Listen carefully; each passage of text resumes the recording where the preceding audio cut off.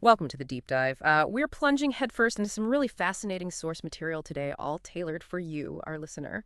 We're embarking on a journey into Iain M. Banks's universe, specifically through key bits from his novel, Consider Phlebas. Our mission. Well, it's not just recapping. We want to pull out those key insights, really get a handle on the complex ideas, and, explore what makes Banks' world so captivating. And Banks's work it's really something. William Gibson called him a phenomenon, writing pure science fiction of a peculiarly gnarly energy and elegance, just incredible praise. The Times said, no British SF writer to whose work I look forward with greater keenness, an NME. They called his books poetic, humorous, baffling, terrifying, sexy. Quite a mix. The Independent mentioned his staggering imaginative energy, and the New York Times highlighted a sophistication that will surprise anyone unfamiliar with modern science fiction. So yeah, I'm really excited for us to dig into Consider Phlebas together. Absolutely. And our sources, they drop us right into the thick of it, this huge galaxy-spanning war between the culture and the Idirans. This material really immerses us straight away, focusing on specific characters, specific places, to show the different, sides of this conflict. And the thing that kicks it all off, the catalyst, is this really desperate situation involving an unnamed culture ship. It was put together hastily from bits and pieces of different types of warcraft. Apparently, its factory craft had no time left for such niceties as giving it a name. But its one perfect component, the crucial part, was a vastly powerful, though still raw and unframed mind. Getting that mind to safety was everything. Wow. And what an escape attempt, right? This ship just throws itself into a blizzard of stars where it knew that only danger waited. It jumps into hyperspace on basically spent engines trying to see with battle-damaged sensors. That whole opening just screams desperation. It really shows how much the culture values these minds, doesn't it? Worth a suicide mission, essentially. It really sets the stage. And these minds, they aren't just like supercomputers. They're sentient AIs, hyper-intelligent personalities, the whole deal. They really guide the culture. Yeah. But despite the ship's best efforts, it gets caught pretty quickly. Knowing it was done for, it self-destructed, detonated its warheads in this sudden release of energy, which for a second in hyperspace alone outshone the yellow dwarf star of a nearby system. Huge explosion. But here's the kicker, the whole point. The mind survived. It somehow navigated exactly that path through its screen of annihilation. It managed to send out a crude code, just basic info about its fate, status, position, its destination, Schar's world, one of the forbidden planets of the dead. Okay, so to really get this war, we need to meet the guy at the center of it, Horza. He kind of embodies all the moral questions, the identity stuff. We first meet him in a pretty grim spot. A dark, stinking, warm cell about to drown, and he's being tormented by this sentence repeating in his head. The Jinmodi of Boslin too killed the hereditary ritual. Totally irrelevant, just part of the torture, I guess. And crucially, Horza isn't human. He's a changer, genetically engineered to radically alter his appearance. Makes him an amazing spy. That is key. Yeah, that irrelevant sentence detail, it immediately tells you about his resilience, but also the kind of psychological games being played. And his captors are revealed quickly. There's Balveda, who apparently pleaded for him, and then Minister Amahan Frolk, who absolutely hates changers, calls them dangerous, frightening things, a murderous, treacherous spy. Blames them for guards dying or being blinded. So right away, you see this deep prejudice against what Horza is. And Horza, even facing death, he pushes back. He tells Frog that the Idirans, his current allies, at least have a god. The culture doesn't. And he hammers it home. They at least think the same way you do. The culture doesn't. It's our first real look at the deep philosophical split driving the war. Belief versus engineered perfection. It's the core clash, definitely. And Balveda, interestingly, she tries to appeal to Frog. She points out that changers are also an ancient and proud people, and there are very few of them left. So trying to bring in a bit of empathy, a different angle that gets lost in the big war picture. Right when it looks like it's curtains for Horza, boom, rescue. This massive 3-meter-tall Idiran warrior blasts through the wall, comes from the light cruiser, the Hand of God 137, and Horza, pulled from the brink, just deadpans. You lot certainly took your time. You gotta appreciate the dark humor. Yeah. But the rescue isn't about sentiment. It's pure strategy for the Idirans. See, they intercepted that culture ship, the one whose mind escaped to Schar's world. They saw its hyperspatial field management, which was apparently way beyond their own tech. And Horza, he's valuable because he served before with the caretaker staff on the planet. He's their only lead to getting that culture mind. Gotcha. So Horza recovers and ends up joining this mercenary group, Craikland's free company, the KFC, aboard their ship, the Clear Air Turbulence, or CCAT. We meet Yalson, the pragmatic second-in-command, and Craiklin himself. He's got this enhanced hemispherical task division in his brain, which lets him literally never sleep. Wild stuff. Shows you the level of biotech in this universe, people modifying themselves for an edge. It really does. And the scale of this war just keeps getting hammered home. Take Vavatch Orbital.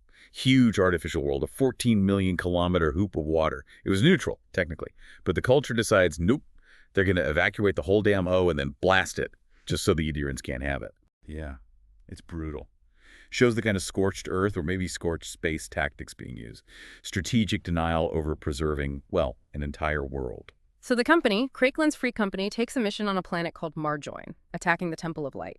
And it goes badly wrong. Horza's suit fails him at just the wrong moment, and the temple itself is made of crystal, highly reflective, turns into a fucking obscene, stupid mess. They take heavy losses. And that mess on Marjoin, it's not just a random screw-up. It's like a tiny mirror of the whole big war. There's a local conflict there between a, quote, vaguely socialist state and a religiously inspired one. It's described explicitly as a tiny and approximate image of the culture Idiran War. So the company's losses are basically caused by this miniature version of the galactic conflict playing out. Senseless, really. That kind of brutality, it makes you wonder how people cope. And maybe that leads us to this next thing, the game called Damage.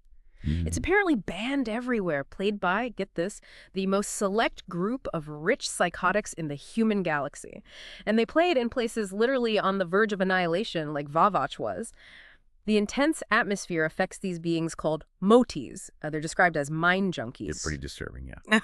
The source calls the players scatological vultures, drawn by the imminent destruction, the game itself. Just an ordinary card game, but with embellishments to make it attractive to the mentally disturbed. The real hook is the context and the tech. They use these emoter units. Players feel their own emotions amplified. But the lives, human volunteers, and these motis, they get hit with extremely powerful blasts of what was entirely somebody else's way of feeling something. It's intense emotional transference. And this is interesting because it contrasts with how changers in culture folk can dampen pain. The Idirans, though, they have this proud contempt for pain. They choose to feel it fully. It's a core difference. And Horza, the ultimate infiltrator, gets into this game by pretending to be a moti. He spots Craiklin, who's tried to disguise himself a bit. Temporary facial alteration and dyed hair. But Horza studied him so well, he recognizes him instantly just by how he moves, how his face is set. It's kind of chilling, showing how good changers are. Identity is just another tool for them. After the game, Horza makes his move, uses a non-lethal poison nail on a guard, tracks Craiklin down, and ends up taking his place, assumes his identity completely. Which leads us back to the big picture. The culture versus the Idirans. It's more than just a war. It's clashing philosophies. You've got the culture, this self-consciously rational society. They trust machines, their minds, for efficiency, for creating their version of utopia. They even talk about the technology of compassion, trying to improve life for others, almost like benevolent guardians. Right. And then the Idirans, a religiously inspired society. They believe they're chosen to guide others. They value biological life, smelly, fallible, and short-sighted, as Banks puts it. And they hate the culture's reliance on machines, calling them machine devils, basically idolatry incarnate. So it's belief versus logic, biology versus machine. How did this war actually play out over its, 40 years, from 1335 to 1375? It's fascinating. The culture apparently didn't really want the war at first. But as it went on, they became ruthless and cunning, adapting to fight the Idirans on their level. Which raises that question, can a society based on compassion stay true to itself when it has to fight like that? The Idirans, though, they were all in from the start, religiously committed to taking and holding all they could. A holy war for them. And Horza, caught in the middle, his perspective is really stark. He says he's against you, the culture, rather than for them, Idirans. He actually believes a culture victory would be the worst thing that could happen to the galaxy. That really throws a wrench in any simple good versus evil reading, doesn't it? It absolutely does. And then you have Belveda, the culture agent from Special Circumstances. Yeah. She offers a more, complicated view from inside the culture. She admits the culture can learn from warriors and zealots like the Idirans. But she also sees the danger in warfare, that you will start to resemble the enemy. That's a pretty critical piece of self-awareness from the culture's side. Yeah, Special Circumstances, or SC. They sound like the culture's spies, their dirty tricks department. Described as the contact section's moral espionage weapon, kind of glamorous but despised as a necessary evil. And their minds, they're called cynical, amoral, and downright sneaky. Not exactly the utopian ideal. No, they're the pragmatists, and we get a quick, quite chilling look at their methods from another book, Matter. There's this drone, Termindersus, using knife missiles with monofilament wires to just surgically decapitate an entire enemy command structure. And the drone's thoughts, this should be fun, and observing what sullen application these humans devoted to destruction. It's unsettling. Shows the cold, efficient ruthlessness the culture is capable of. It really does. If they need that to win, what does it say about them? And circling back to Horza, his own internal thoughts reveal so much about Changers. He thinks of them as a weapon, a thing made to deceive and kill by the long dead, the product of careful thought and genetic tinkering and military planning and deliberate design and war. He's literally a product of conflict. How does that shape him? Being a weapon trying to find meaning. It's his central struggle, I think. He's this thing designed for war, trying desperately to forge his own identity, his own purpose, separate from his creator's intent. A powerful theme. Okay, so after Vavatch is destroyed by gridfire, this image of a single narrow line of blinding white light just slicing the orbital into hundreds of pieces is intense. Horza, still pretending to be Craiglin, pilots the Seat towards Schar's world. Right, Schar's world, this planet of the dead. It's got this amazing underground system. A winding paired loop of 22-meter diameter tunnels buried 5 kilometers deep, inside solid granite, a batholith. The original inhabitants were wiped out by germ warfare ages ago. Then these mysterious beings, the Drawzon, took over and allowed some neutral groups to set up caretaker bases. It's steeped in history and death. Perfect for hiding. And the culture mind thereafter is stuck there, basically helpless, described as an intellectual cripple. Can't move, can't communicate properly, stuck using ancient, crude, shop-soiled technology. Really shows the vulnerability, even for something so powerful, when it's cut off from its network. And what's really cool is the mind's perspective on the human tech it finds there, the command system. To us, it might look exact and precise, but to the mind's damaged senses, it's crude, clumsy, imperfectly designed and manufactured. Yet it knows it has to connect with it. That just highlights the incredible gulf in perception between AI and humans, even on basic mechanics. And the mind's adaptability, too. When Horza gets there, he finds the Changer base destroyed, his people dead, and there's this really moving moment where he refuses to just bury them there. He says he'll take them back to Hebore, their homeworld, shows this deep connection, this loyalty to my people, despite everything. It's a powerful statement against the erasure of war, So the search for the mind leads them down into those tunnels, and inevitably, confrontation. They run into the Idiran leader, Zoxarl. And Zoxarl is just brutally honest. Admits they knew Horza was coming and that they killed the other Changers. Why? They were an obstacle. We needed their weaponry, cold as ice. And even when captured, he shows that Idiran proud contempt for pain, completely unyielding. This whole situation forces Horza's hand. He finally reveals himself to the crew, to Yalcin, to Belveda. When asked if he's Horza, he just says, "Yes, I am." After all the deception, just blunt honesty, a huge turning point for him. How does the crew take it? It's mixed, as you'd expect. Yalcin is initially disappointed, definitely shocked, both by the lie and, Craiglin's death. But ultimately, she sticks with Horza. Even says, hell, I'd come along anyway just to try and keep you out of trouble. Shows a kind of grudging respect, maybe, or just the bonds formed under fire. Others, like Dorolo and Avager, are clearly shaken. It really hits them hard. Trust is a fragile thing in their line of work. While all this drama unfolds, Belveda finds the mind. It's just hanging in the air over the platform in the station, totally inert, can't speak, can't move. And here we get another neat insight into machine psychology, the drone clasp that's with them. Its internal thoughts show this kind of speciesist resentment towards Horza. Thinks, me, just a machine, how dare he? Like Horza's looking down on it. But then when it thinks it saved the humans from Zoxar, it feels pride, unexpected pride. It really deepens the whole question of machine sentience, their biases, their emotions. It's not black and white, organic versus artificial. Things spiral into a final chaotic fight with Zoxar.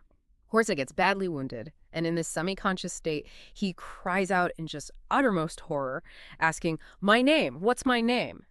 Belveda tells him, "Bora Horza Gubushal." And he responds faintly, "Ah, yes, Bala.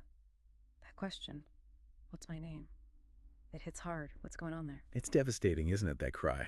It's the culmination of his identity crisis. He spent his life being other people, being a weapon, the war, the deception. It stripped him down. He's literally losing himself. And the Bala, well, it echoes something the drone, Onahaklasp, said earlier. Bala, Bala, Bala. Is it just delirium?